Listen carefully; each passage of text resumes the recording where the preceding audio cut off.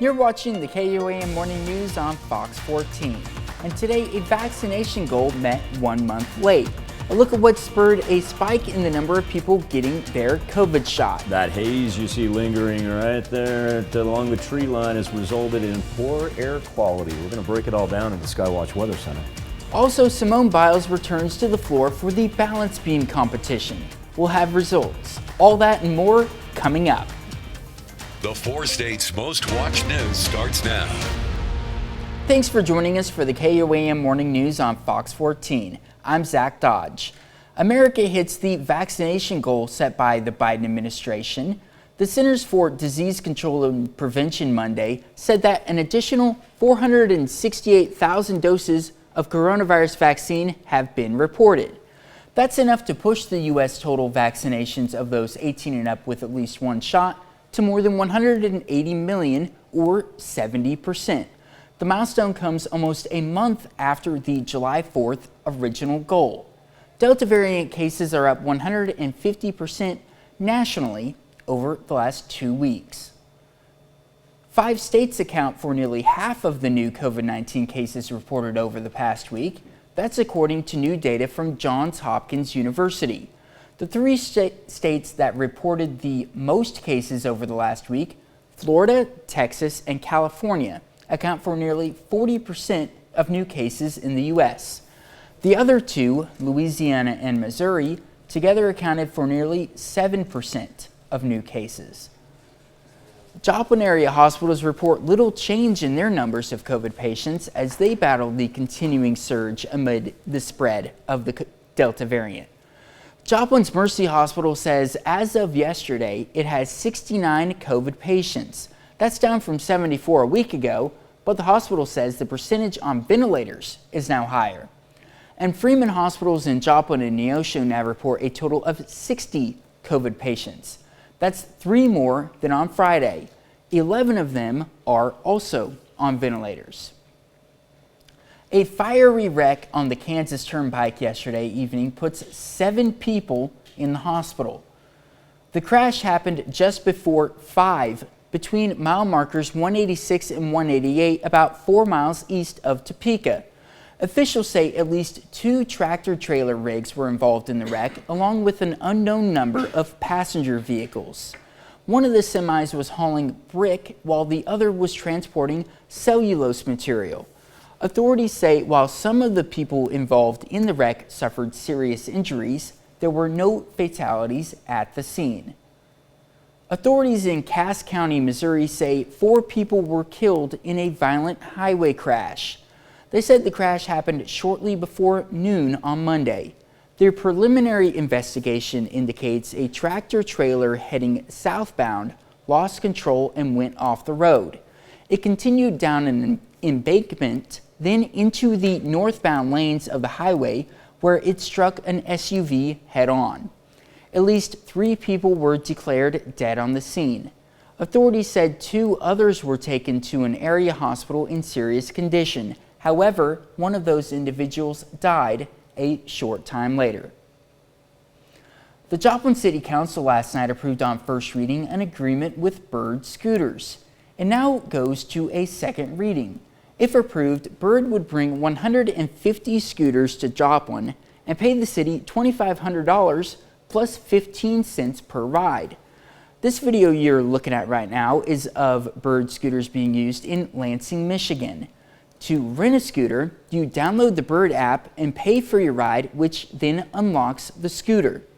City Council plans to discuss parking concerns at the next council meeting. Don't forget, for many of you, today is Election Day. It's your chance to decide in many cases how your city or county will spend your tax dollars. Voters in Jasper County, Purcell, Carthage, Joplin, Oronogo, and Avila, Missouri, as well as Cherokee County, Kansas, will have items on their ballots. There are no offices to fill. The elections are over issues, mostly tax questions. Polling places are already open in Kansas and Missouri. You'll have until 7 p.m. to cast your vote in both states.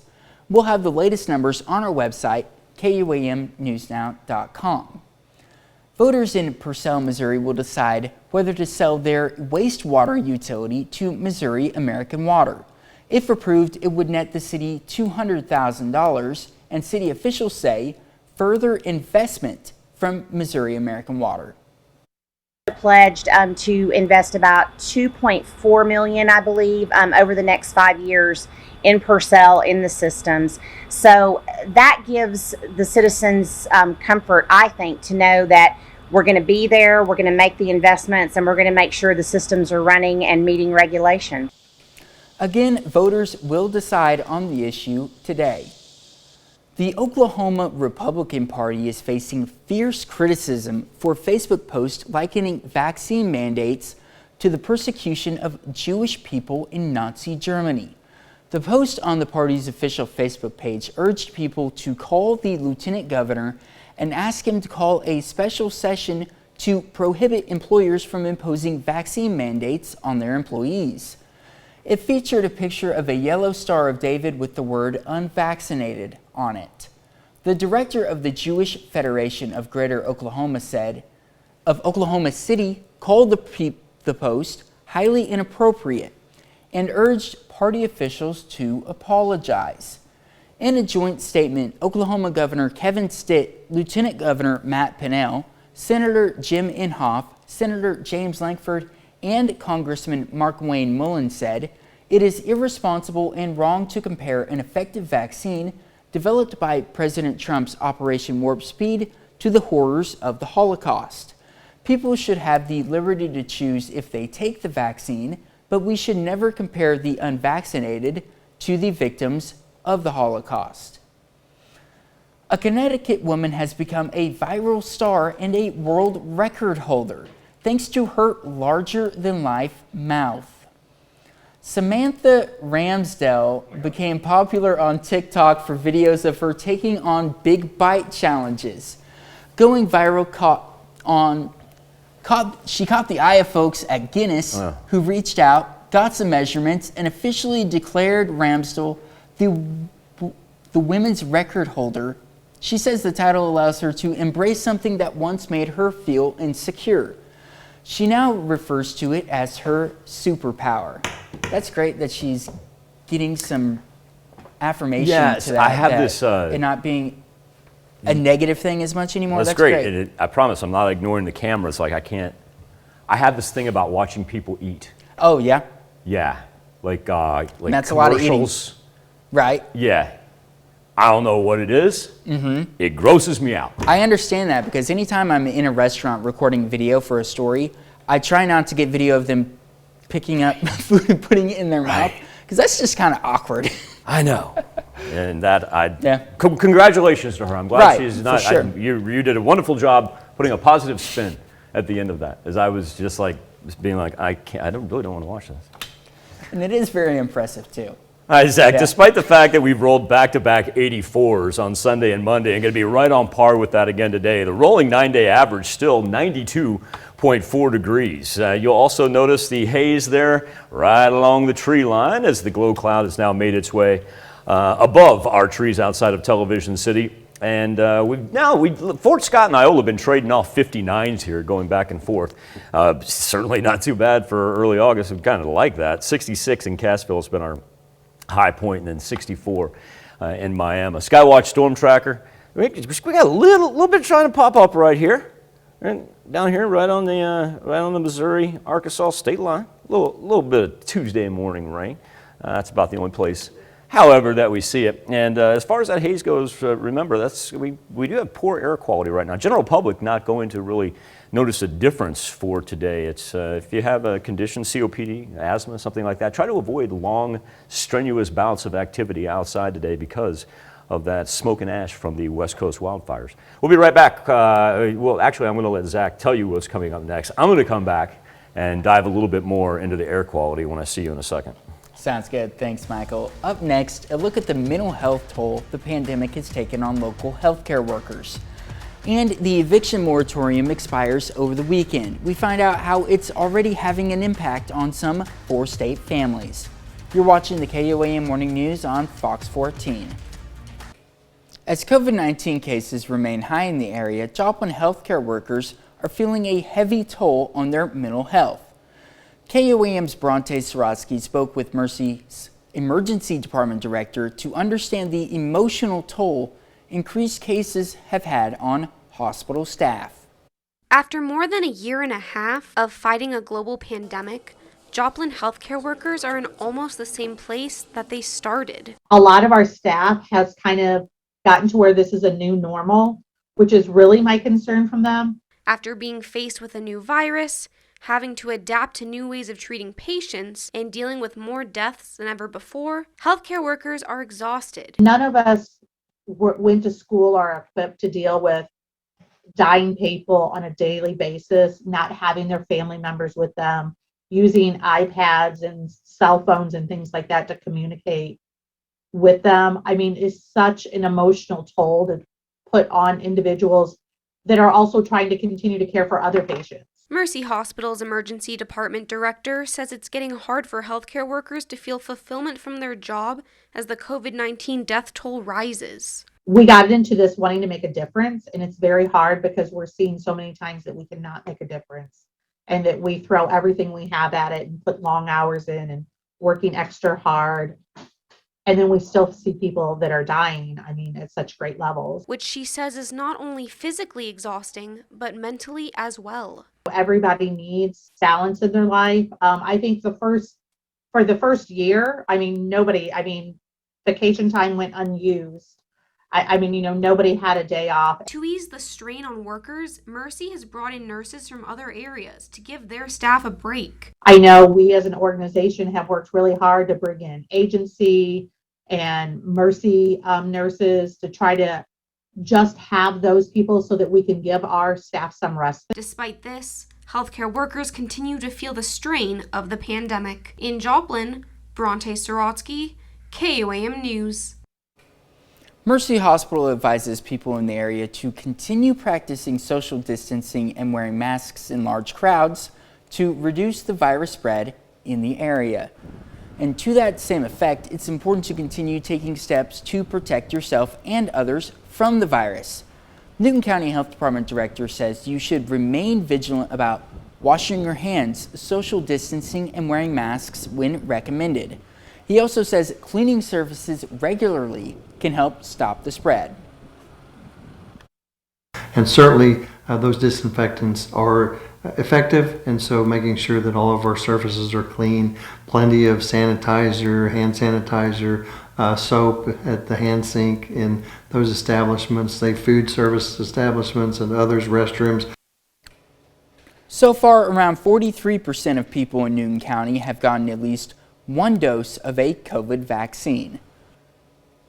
A teen battling diabetes gets the surprise of her life in Washington. Oh my God. We are so excited to tell you you are next Healing Hearts giveaway. This puppy is yours. Grace Pilo is 15 years old and currently battling type 1 diabetes. She got a huge surprise when 4E Healing Hearts gifted her a service dog to help monitor her blood sugar. According to the organization, the dog has the ability to sniff out if Grace's blood sugar is too high or too low and can do so much faster than the tech she usually uses. She named the adorable golden doodle Penny. Oh my gosh, that's super cute. That thing is Penny cute is as so get cute. out. Isn't that amazing what those service animals are It able is to amazing. do? That's Just amazing. Boggles my mind. All right, let's open up the Daily Almanac there, Mr. Zach Dodge, for our August the 3rd. Back-to-back records of 105 were actually set in 2011 and 2012, so that's not too long ago. I'll tell you the interesting thing. We talk about those record highs at the end of July, and it was consistently 1952 to 1954. Look at the record from 1950. Only got up to 53 degrees on the 3rd of August. My goodness. Live look over 7th and Range Line in Joplin. Very comfortable 62 degrees. We've seen everything from about 59 to 56, and that is where we find Fort Scott and Anderson respectively. Pittsburgh at 63, Miami at 64. Picking up a couple raindrops right along the Missouri-Arkansas state line. And remember, we do have a poor air quality in that white circle right there. Kansas City indicated in gray. That's a air quality warning for them. And this is the result of that haze, the smoke and the ash that are being blown across the Midwest from the West Coast wildfires. We're going to move up into the mid 80s later on today, just about on par with where we were Sunday and Monday. About 2 to 4 p.m. That's going to be our best shot for a little rain to roll up from the south there, mainly through southwest Missouri. In and out by the time we get to sunset, and then a little bit of a warm up on Wednesday and Thursday, but not too bad. Friday, that's about seasonable. Look at Saturday, Sunday, and Monday. Hello. Here comes the heat. We'll be back with more KOAM Morning News on Fox 14 right now. Simone Biles won a second medal at the Olympic Games in Tokyo today, the 24-year-old taking home bronze in the women's balance beam competition. Her performance marked the celebrated gymnast's return to the floor after she withdrew from most events during a disappointing showing during a team event last week. Biles, who is often called the greatest female gymnast of all time, said she had a case of what's called the twisties. It's a term gymnasts use to describe a condition where they lose track of where they are while spinning through the air. It can be very, very dangerous. Many fans and experts lauded her for prioritizing her mental health over competing. Gymnasts from China took home the gold and silver in the balance beam event. Let's take a look at the current medal count as China's in the lead with 33 gold, 21 silver, 16 bronze, a total of 70.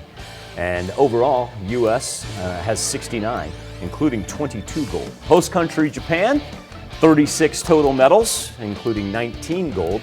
Great Britain actually has more total medals than Japan at 42. And then Australia with 33 medals, including 14 gold. A new streaming series looks at the world of Olympic gymnastics. Rick Demigella talked with Olympian Dominique Dawes for this story. Gymnastics will keep you up at night. Golden delves into the world of Olympic gymnastics and the women who compete in it. The streaming series features and is produced by four-time Olympic medalist Dominique Dawes. I'm excited to be an executive producer of Golden along with LeBron James, Maverick Carter, and another amazing group and team of people. This is really going to shine the light on the Olympic pursuits for Olympic hopefuls in the sport of gymnastics. I feel like I know my gymnastics better than ever. Everyone's used to seeing the glamorous experiences as Olympic gymnasts on the podium or once they make the Olympic team, but no one's really had access to the raw and very intense footage of how we get there or don't get there. Many of these athletes are not going to make it. They don't see the journey and the road and the level of sacrifice it takes to get there. And as a three-time Olympian who went through this for much of my childhood, it really brought back a level of great anxiety, a little level of PTSD watching this because I know what these young girls are going through. It's just a scary feeling when you only have one chance to be perfect. In Hollywood, I'm Rick Damigella. Be right back with more KOAM Morning News on Fox 14 right after this. It's time to honor today's four-state hero. Tech Sergeant Ralph Hall served in the United States Army from 1944 to 1946. He fought in the European theater of World War II. His hometown, Columbus, Kansas. We're proud to salute Ralph Hall, a four-state hero. After multiple extensions throughout the pandemic, the Biden administration announced that Sunday was the nationwide end to the eviction moratorium. Arkansas tenants with back rent due are now dreading what the new month will bring. Reporter Jay Jackson shows us the challenge it could create for Arkansans. I lost my job in January, but I had enough money to pay through April. And then May, I had got behind. Simone didn't want to show her face, but sat down with THV11 to tell us the pandemic took a toll on her having her one-year-old son, Riley, in the middle of it. He had a serious breathing condition that kept him in the hospital, trying to stay on top of expenses, even with medical bills. She just got a new job 2 weeks ago, but is still getting evicted from her apartment in Benton. They trying to take me to court and whatnot about non-payment of rent, and I'm like trying to, get an agreement with them. A lot of landlords did already file eviction lawsuits. It's just that they couldn't be carried through to their conclusion because of the moratorium. So there are a lot of cases already in the courts. Lynn Foster's been following the state's data on rent and eviction filing case numbers. Much like other states across the nation, Arkansas's funding for rental assistance has been slow in reaching tenants. The Arkansas Rent Relief Program launched in May. Money from the federal government given in January. $173 million was what the federal government sent to us for the purpose of rent assistance. About $2 million has been paid out, which I think is really bad. First of all, a lot of tenants still don't know that this program is there. If they know that it's there, they may start to apply and then run into roadblocks in the application process. When the Arkansas Rent Relief Program came out, I applied for it, and they wouldn't sign the paper. They, meaning her landlords. Simone claiming a part of the process for receiving funding was getting landlords to agree to take the money. With more than 400 eviction cases filed in Pulaski County, according to Arkansas Renters United, Simone's a part of a bigger number for the state. I'm hoping I get a little bit more assistance so I can get caught up on everything so I can just get out of here. So, another half hour of news and weather just ahead. Coming up on the KOAM Morning News on Fox 14, a threat to the environment. An environmental crisis is brewing. I'm Jackie Ibanez with a look at the harmful chemicals leaking from the millions of abandoned oil and gas wells across the country. That's just ahead. And why exoskeletons could be the future of giving disabled people back their mobility. You're watching the KOAM Morning News on Fox 14. We'll be right back. State's most watched news starts now. Welcome back to the KOAM Morning News on Fox 14. It's currently 7:30. Let's take a look at today's top stories. Joplin area hospitals report little change in their numbers of COVID patients as they battle the continuing surge amid the spread of the Delta variant. Joplin's Mercy Hospital says as of yesterday, it has 69 COVID patients. That's down from 74 a week ago, but the hospital says the percentage on ventilators is now higher. And Freeman Hospitals in Joplin and Neosho now report a total of 60 COVID patients. That's 3 more than on Friday. 11 of those patients are on ventilators. Don't forget, for many of you, today is Election Day, your chance to decide how your city or county spends your tax dollars. Voters in Jasper County, Purcell, Carthage, Joplin, Oronogo, and Avila, Missouri, as well as Cherokee County, Kansas, will have items on their ballots. There are no offices to fill. The elections are just over issues, mostly tax questions. Polling places are already open in both Kansas and Missouri, so you'll have until 7 p.m. to cast your vote in both states. We'll have the latest numbers on our website, KOAMnewsnow.com. The Joplin City Council last night approved on first reading an agreement with Bird Scooters. It now goes to a second reading, and if given final approval, Bird would bring 150 scooters to Joplin and pay the city $2,500 plus 15 cents per ride. This is video of the scooters in use in Lansing, Michigan. To rent a scooter, you download the Bird app and pay for your ride, which unlocks the scooter. City Council plans to discuss parking issues at the next council meeting. The Ozarks Food Harvest says it's distributing at a record-breaking rate as thousands of families face hunger this year. The food program says it distributed 23 million meals from June 2020 to July 2021. Those 23 million meals equal out to about $37 million worth of food. The food bank attributes their record-breaking distribution to their long-term focus on helping communities in their 28 county service area recover from the effects of COVID-19. The Compasses Hospice Program in Northeast Oklahoma is looking for volunteers to help comfort and support patients and their families. The program is looking for 2 types of volunteers. The first is non-medical volunteers who can donate their time to provide companionship, run errands, and prepare meals for patients. The second is veterans who can connect with the program's veteran patients. They're from all walks of life. These are just people that want to give back to their community, or they've had a loved one that's been on hospice and seen what that need was. And so they come into that with that kind of mindset and just, they may, again, make phone calls. They may do grocery deliveries. Volunteers will be able to decide when they help out so that it best fits their schedule. Severe thunderstorms grounded hundreds of flights from Sunday into Monday. American Airlines announced more than 500 cancellations and more than 850 delays after torrential rain passed through the Dallas-Fort Worth area. The company tweeted in part, "Mother Nature isn't playing nicely and many flights in and out of DFW are delayed or canceled." Southwest also delayed more than 1,000 flights on Monday, while Spirit canceled a little more than 300. Yeah?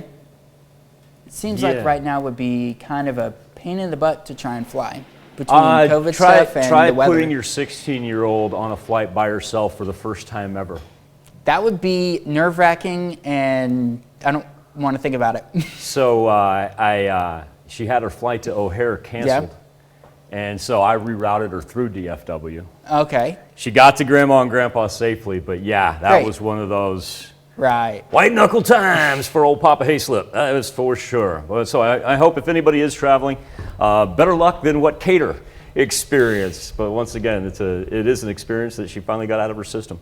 Zach, usually when we take the tower cam at 7th and Range Line and we face off to the north right there, down Range Line, we can see the hill right there, you know, where the gas stations are on both sides and whatnot. But you can tell it's almost obscured right now because of that heavy haze that we have hanging over it. Our current conditions in Joplin put us at 62 degrees. Temperatures this morning have ranged anywhere from about 59 to 66, so it's very, very comfortable. And we have actually picked up a little spot of rain right along the Missouri-Arkansas state line. That's about as isolated can get. But when we talk about that haze, that is because it's part of an air quality issue that we're dealing with. Now, we don't have the warning that's indicated in gray there like Kansas City does, but at the same point in time, we're considered in the poor category throughout southeast Kansas and northeast Oklahoma, a result of the western wildfires. And so if you have any breathing conditions, you may want to avoid long times outside and avoid any strenuous activity outside as well. Don't worry about the temperatures though. We are mild all the way until the heat kicks in over the weekend. We'll be back with more KOAM Morning News on Fox 14 right after this. On our KOAM News Now Facebook page in our morning Insta poll, meat prices have been higher during the pandemic, and now consumers in California facing higher prices for pork because of a measure that millions voted in favor of. In 2018, California voters approved an animal welfare proposition that requires more space for breeding pigs and chickens that lay eggs. New standards going to be enforced starting next year. Egg producers are working to comply, but it does not appear most pork farms will reach that standard. What's the shortage in California mean? Yeah, higher prices at stores and restaurants. So our question for you is, should farms be required to provide more space for livestock? And it's been overwhelming ever since the get-go, with 78% of you saying no. You can log on, just go to KOAMnewsnow.com/vote. Zach? Millions of wells once drilled deep into the earth to extract oil and gas are now taking a devastating toll on the environment. Jackie Ibanez has more on the harmful chemicals leaking from these rusted pipes and why there may not be an easy fix.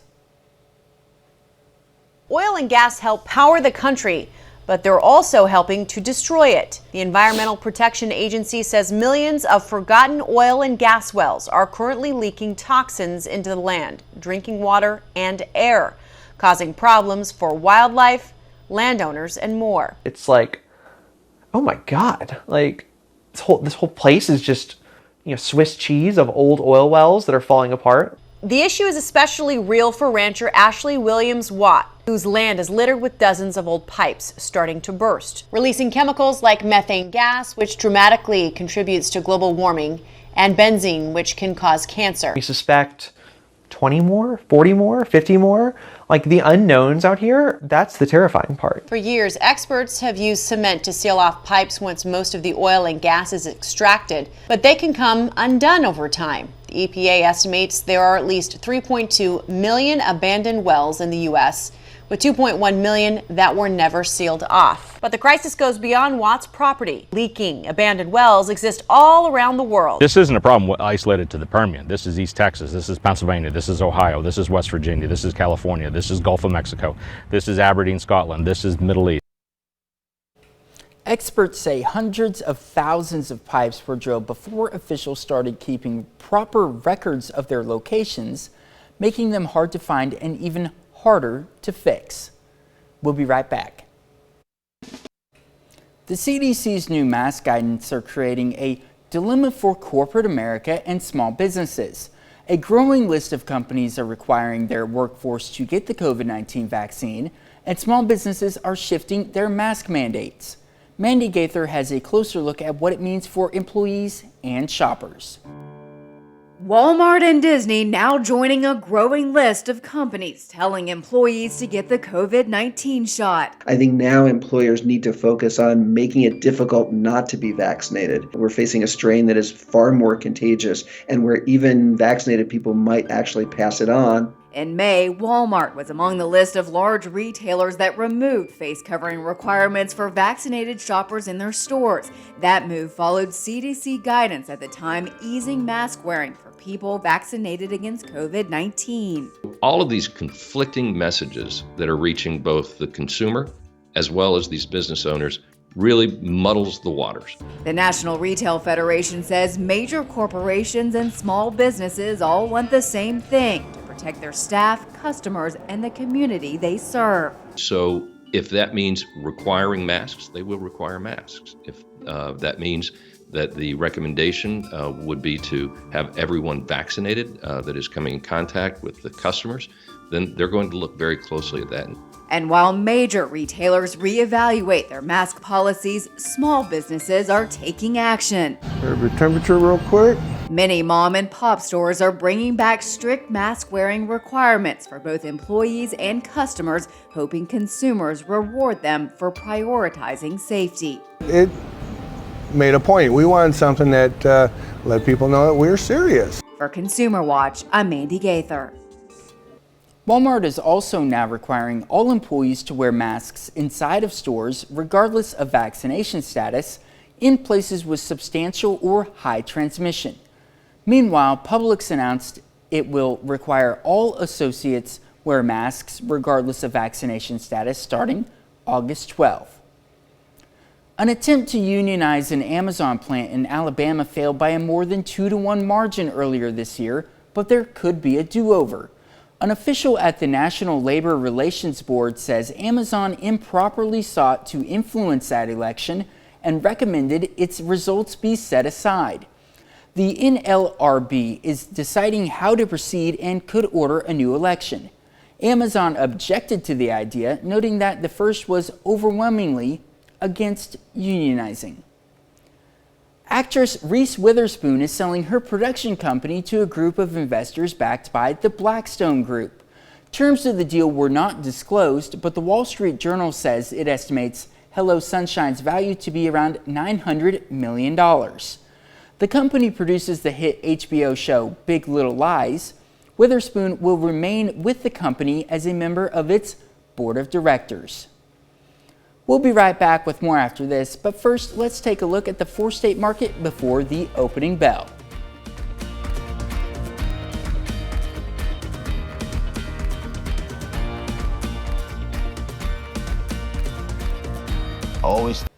It's time for What the Tech. First, let's introduce you to this two-legged creature making history as the first bipedal robot to run a 5K outdoors.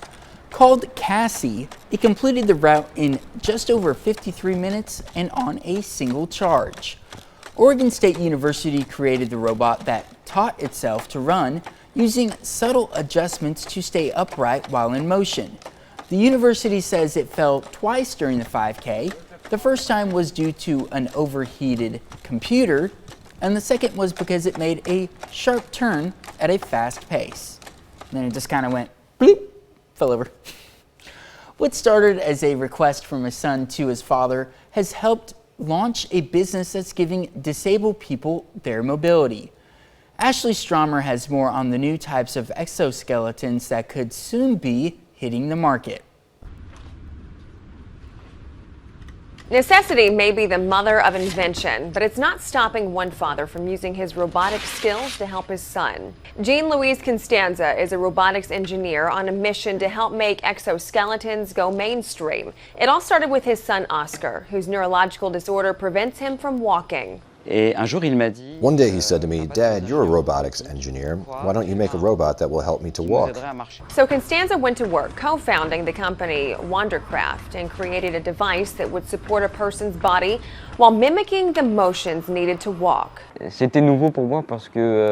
new for me because before, to walk, I've always had assistance, and now I no longer need assistance, so I feel independent. But Oscar isn't the only one regaining his mobility. Wandercraft has sold dozens of its devices to hospitals here in the U.S. and in France. They come with a hefty price tag of roughly $180,000. But that could change, with the company looking to develop a more cost-effective version for the average person to use without hospital supervision. Wheelchairs are an anomaly. Men, women, human beings are meant to be upright. Meanwhile, some folks are imagining how exoskeletons can be used in alternative methods, like helping those who are always on their feet for work have an easier time standing for long periods of time. That's pretty cool. That's amazing. Kind of expensive, though. More than $100,000. That is amazing, though. Yeah. I like the story about the robot running a 5K. Right. Yeah. That's pretty cool, too. They're coming for us, Dodge. They are. We keep talking about robots and how we keep progressing in the technology, even though we have movies like iRobot that clearly warn us not to. They're coming for us. By the way, Ashley Strohmeyer, who we just saw right there, a product of Central Missouri State University. Okay. Yeah, bustling metropolis of Warrensburg. Nice. A little MIAA tie for you on that story. All right, our temperatures right now, 62 in Joplin, 65 in the Berg. We've ranged anywhere from about 59 to 66 on this Tuesday afternoon. Got this little pop-up right along the Missouri-Arkansas state line. It's actually expanded a little bit and doesn't want to move. So that's been the extent of our Tuesday morning rain. And now remember, that haze out in the sky from the western wildfires is resulting in an air quality warning for Kansas City. And while we don't have any of our counties pop up in that gray area, we are considering southeast Kansas into northeast Oklahoma poor air quality, really not affecting the general public. But if you have any pre-existing breathing concerns, asthma, COPD, watch out for long periods of time outdoors today. As we progress through our day, it is forecasted to get a little bit better. We'll keep an eye on it and update it here at noon. If you ever want the latest on it, it's real easy. All you have to do is go to airnow.gov, AIRNOW.gov, and that'll give you real time in your area exactly what the air quality is like. The Skywatch Storm Tracker shows the arrows from the mid-level jet stream coming down straight out of the north, bringing us some of that cooler air for the next several days. And no worries on the severe thunderstorm risk map. Second consecutive day where only the marginal pops up in the contiguous 48. Highs today up into the mid-80s. Sunshine kind of filtered by that haze, and it lingers into the night with a northeasterly breeze. Any additional rainfall we get, say between 2 and 4, really wants to go central to eastern portion of the 4 states and then clears off. Be done with that by sunset. A little bit warmer, just a little bit warmer on Wednesday and Thursday. Friday, seasonable, and then Saturday, Sunday, Monday. Welcome back to the heat. We'll be back, wrap up this edition of the KOAM Morning News on Fox 14. Welcome back to the KOAM Morning News on Fox 14. Here's what's happening today. Mask and vaccination mandates are going into effect in several municipalities as the nation works to tamp down this latest wave of coronavirus that's being driven by the fierce Delta variant. Indoor mandates take effect today in California Bay Area communities and on Wednesday in the state of Louisiana. Las Vegas is building a permanent memorial to honor the 58 people who died and more than 850 injured when a gunman opened fire into a crowded country music festival in 2017. MGM Resorts International is donating part of the property where the nation's deadliest mass shooting took place. The public is invited to submit its ideas for the design. San Francisco's historic cable cars are rolling again. Mayor London Breed says rides are free all this month as the cars operate on an irregular schedule. The iconic trolleys were parked for 16 months because of the pandemic. Now let's check in with Michael for your final look at the forecast. Tell you what, I'm glad those rides are free if they're running on an irregular schedule. Doesn't sound like something you want to book to make sure you get to work in time now, does it? Yeah, I know, right? Pretty comfortable here on a Tuesday, and Wednesday and Thursday more of the same. Just once again, be careful if you're going to be outside for a long time, just because of that particulate matter that's floating around in the air. And then get ready for a heat wave headed our way this weekend. A poodle in Japan is not just a dog, she's a clothes horse. The 9-year-old doggy named May has been modeling miniature Japanese kimonos outside a pet accessory store in Tokyo. The poodle's owner, Yuka Ida, runs the shop on a popular street renowned for its souvenir shops. Ida designs the little outfits herself. Right now she's offering pet-sized clothing with an Olympics theme, of course. May does her modeling in exchange for treats. Sounds like a good deal to me. The shop has offered clothes and accessories for dogs and cats since the 1970s. I got nothing for you, man. Yeah. Love your pets. Just don't love your pets. And have a great rest of your morning, too.